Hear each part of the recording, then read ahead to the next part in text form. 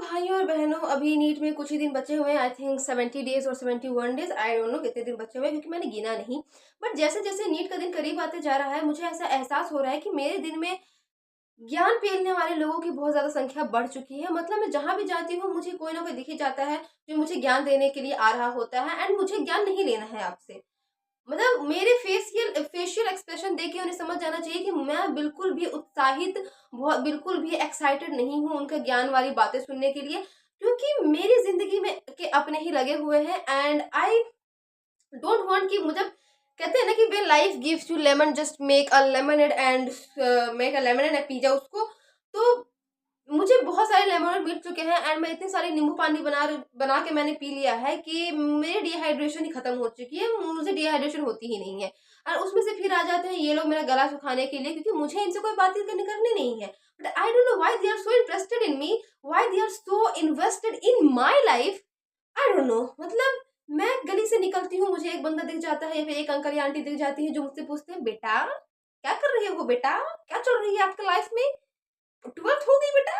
मतलब इन्हें मेरी शक्ल देख के, मेरे इतने सालों से ये लोग मेरे साथ रहे, सॉरी मैं मतलब इस पड़ोस में रह रहे हैं, इन्हें मतलब ये नहीं पता चला कि मेरी 12th हो चुकी है, जबकि 1 साल पहले ही रिजल्ट आया था। सब भौंकते भौंकते मेरे घर में आए थे, उन्हें पता चल चुका था कि हाँ इसकी रिजल्ट हो चुकी, सही इसकी 12th हो चुकी है। स्टिल दे आस्क मी, तुम्हारी 12th हो गई है बेटा, अब क्या कर रही हो बेटा। एंड आई विल से कि कुछ नहीं अंकल, ड्रॉप लिया है, नीट की तैयारी कर रही है। They will be like, drop drop क्यों लिया है बेटा, इतने सारे एग्जाम है, इतने सारे फॉर्म निकलते, कुछ भी भर दो, सीयूईटी भर दो, यूपीएससी का एग्जाम भर दो, एसएससी का एग्जाम दे दो, इतने सारे एग्जाम है, तुम देती क्यों नहीं हो, घर में बैठने से क्या हो जाएगा। I mean did I ask you for your advice, of course not. मैंने नहीं पूछा आपसे कि आप मुझे बताएं कि मुझे क्या करना चाहिए, कि मुझे नहीं करना चाहिए। इतनी दिमाग तो मेरे अंदर भी है कि मैं क्या कर सकती हूँ, क्या नहीं कर सकती हूँ। अगर मेरे अंदर मैथ करने की इतनी क्षमता होती तो मैं भी जेई का एग्जाम दे रही होती, नीट का एग्जाम नहीं दे रही होती, और मैंने अपने 11th 12 में पीसीबी नहीं पीसीएम लिया होता। तो मैं अपने हैसियत के हिसाब से, अपने औकात के हिसाब से एग्जाम चूज करूंगी, आपके हिसाब से तो मैं नहीं चूज करूंगी। और आपको इतना ही ज्ञान देने का शौक करता है तो आप अपने बेवड़े बेटे को क्यों नहीं बताते हो कि आपको क्या करना चाहिए, क्या नहीं करना चाहिए। ये सारा एकदम मुझे लगता है ना कि इनके बच्चे तो इनकी बात सुनते नहीं है। ये जो भी ज्ञान देते हैं, इनके बच्चे उनसे ज्ञान लेते ही नहीं है, क्योंकि उन्हें भी पता है कि इनके माँ बाप तो, क्योंकि देखो बुद्धू लोग भी बड़े होते हैं, ये तुम्हें जानना जरूरी है। सभी बड़ों की बातें नहीं सुननी चाहिए, क्योंकि एक बेवकूफ आदमी भी बड़ा होता है। मैं भी एक टाइम पे बड़ी होंगी और मैं किसी को ज्ञान दूंगी तो ऑब्वियसली उसे मेरा ज्ञान नहीं ही लेना चाहिए, क्योंकि मेरे वो ज्ञान मेरी जिंदगी में ही काम नहीं आया है। तो मैं किसी और को क्या ही बता सकती हूँ कि तुम्हें क्या करना है अपनी लाइफ में। अगर तुम खुद घर में बैठे हुए हो, कुछ नहीं कर रहे हो, you are doing nothing at all, and still you are telling others कि बेटा तुम्हें ये करना चाहिए, बेटा तुम्हें वो करना चाहिए, नहीं करना है बेटे को कुछ। अब मुझे बेटा बोलिए भी मत, मैं आपका बेटा हूँ भी नहीं। मैं जिसका बेटा हूँ वो मुझे ठीक बता रही है कि आपको क्या, मुझे क्या करना है क्या नहीं करना है, मैं उनकी ही बातें सुनूंगी। कभी कभी तो मैं उनकी भी बातें नहीं सुनती हूँ, तो मैं आपकी क्या बातें सुनूँ। समझ रही है ना, आपको समझ में आ रहा है। अगर आप मेरी वीडियो देख रही है तो आपको समझ में आ रहा है कि मैं क्या कह रही हूँ। ऑब्वियसली आप मेरी वीडियो नहीं देख रही, मेरी वीडियो देखती तभी तक मैं अपने घर में आ चुकी होती। एंड भगवान करे आप मेरी वीडियो ना ही देखें, बट स्टिल हाँ, तो मैं टॉपिक से भटक जाती हूँ बोलते बोलते। तो I don't know why they are so invested in my life, मुझे समझ में नहीं आता है। तो आज ही शाम में मैं घर से बाहर निकली थी, जस्ट फॉर ब्रेक ब्रेक के लिए मैं घर से बाहर निकली थी, ठीक है। एंड सडनली एक अंकल मुझे मिले, एंड ही इज लाइक, क्या कर रही हो बेटा, 12th हो गया है तुम्हारा, तुम्हें स्कूल जाते हुए नहीं देखा।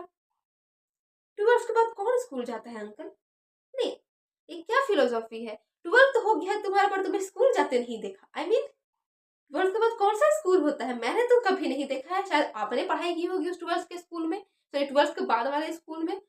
एंड आई सेड कि नहीं अंकल मैं कुछ नहीं कर रही हूँ, मैं नीट का एग्जाम प्रिपेयर कर रही हूँ, एंड अभी 2 महीने में मेरा नीट का एग्जाम है। सिर्फ नीट का ही एग्जाम दो कि इतने सारे फॉर्म निकल रहे हैं, कुछ भी भर दो। यूपीएससी नहीं देती, यूपीएससी का फॉर्म भर दो, एकदम तैयारी करते रहो, एकदम तुम्हारे यूं निकल जाएगा यूं। अगर यूं निकलना होता तो मैं यूं नीट ना निकाल देती, मैं यूपीएससी क्यों करने जाऊं। मतलब मुझे पता है ना मेरी औकात कितनी है, मेरी औकात तो नीट करने की भी नहीं है, बट मैंने खुद के लिए ऑप्शन ही क्या छोड़ा है, पीसीबी लेके मैंने खुद के लिए ऑप्शन छोड़ा ही नहीं है कुछ और करने का। तो मेरे हाथ में ही नीट आ रखा है, तो मैं कुछ कर नहीं सकती हूँ। एंड आप मुझे यूपीएससी पकड़ा रहे हैं। नहीं, आपको लगता है कि इतने साल तक मुझे मेरे घर वाले इस घर में रहने देंगे। नीट में तो पहले अटेम्प्ट में तो मुझे रखा नहीं जा रहा है, मतलब बड़ी ज़बरदस्ती करके मैं इस घर में रह रही हूँ, ऐसे रहने का भी मन नहीं है, but still and you are thinking कि मैं यूपीएससी एग्जाम दूं, जो मेरे 5-6 अटेम्प्ट में भी नहीं निकलने वाला है, मुझे बुढ़ापे में तो आईएएस ऑफिसर नहीं बनना है। तो ये शायद तुम्हें पता होना चाहिए, मतलब देयर शुड बी लिमिट्स यार। तुम्हें हर लोगों के लाइफ में ना कुछ घुसपैठे करने की जरूरत नहीं है, आपको अपनी टांग अपने पास ही रखनी चाहिए। अगर आपकी टांग इतनी ही लंबी है तो आप जाइए ओलंपिक्स में जाइए, मेडल जीत के लाइए, देश का नाम रोशन कीजिए। आपको जरूरी नहीं है कि दूसरों के मामले में आपको टांग अड़ाना है, क्योंकि आपकी टांग काटी भी जा सकती है। आपको पता नहीं है, पर आपकी टांग काटी भी जा सकती है और आप बिना टांगों के भी घूम सकते हैं। तो इससे अच्छा है कि आप अपनी टांगे अपने ही पास रखें, किसी और के पास लेके ना जाए, क्या पता उसके हाथ में आ रही हो और वो आपकी टांगे काट दे, फिर आप अपाहिज हो जाएंगे। एंड आई थिंक आप वो नहीं चाहते हैं। So it is my kind request to all the uncle aunties out there, please अपने पड़ोसियों के बच्चों पे तो अपने हुक्म नहीं चलाएं, आप अपने बच्चों को देखें और किसी और के बच्चों पे तो कुछ ही ना बोले। Now let's come to our topic कि मैं सिलेबस कितना तक हुआ है।